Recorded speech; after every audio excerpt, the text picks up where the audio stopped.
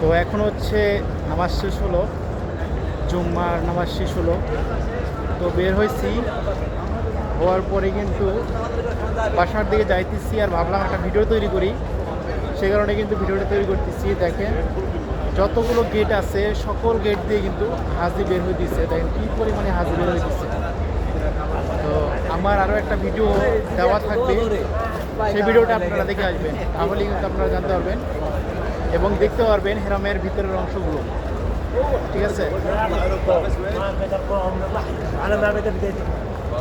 তো যাই হোক সকল হাজি কিন্তু আস্তে আস্তে আস্তে আস্তে বের হইতেছে।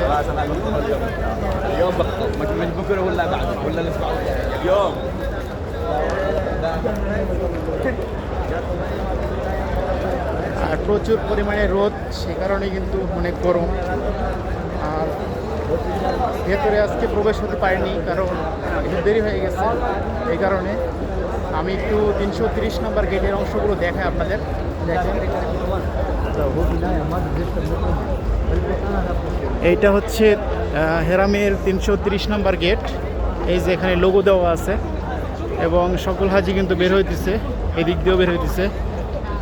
আপনারা অবশ্যই ভিডিওটি সম্পূর্ণ দেখেন, তাহলেই সব কিছু সব গেটগুলো দেখতে পারবেন। আজকে কিন্তু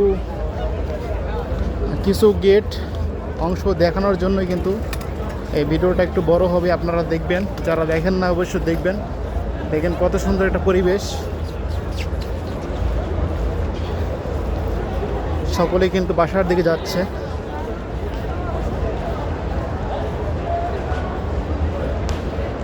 এই যে এখানে দেওয়া আছে ব্যাগ নিয়ে যাওয়া নিষিদ্ধ, নিষেধ।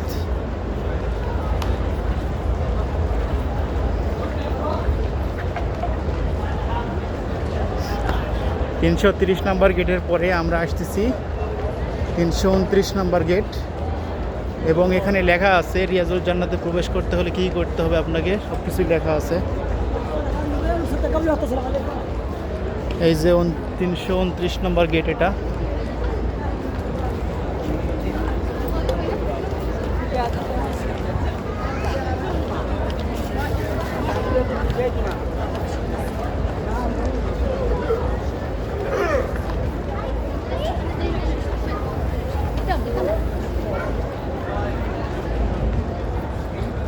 আজকে প্রচুর পরিমাণে গরম। ঠিক আছে, সে কারণে একটু, আজকে না প্রত্যেক দিনই গরম, সে কারণে মোবাইলও বের করা যায় না, কারণ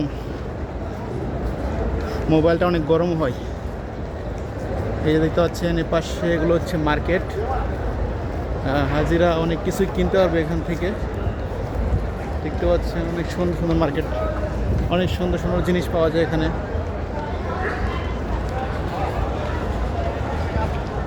তো তারপরে হচ্ছে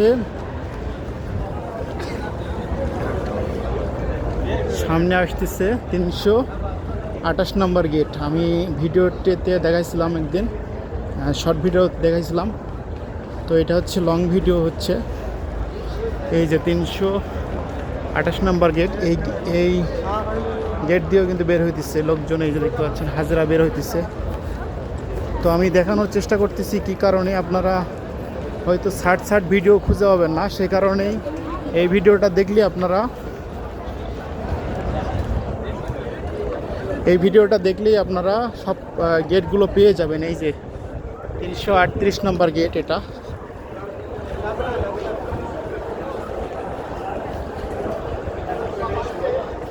হেরামের ভেতর দিয়েও মানুষ বেরোচ্ছে এবং বাহির দিয়েও বের হচ্ছে।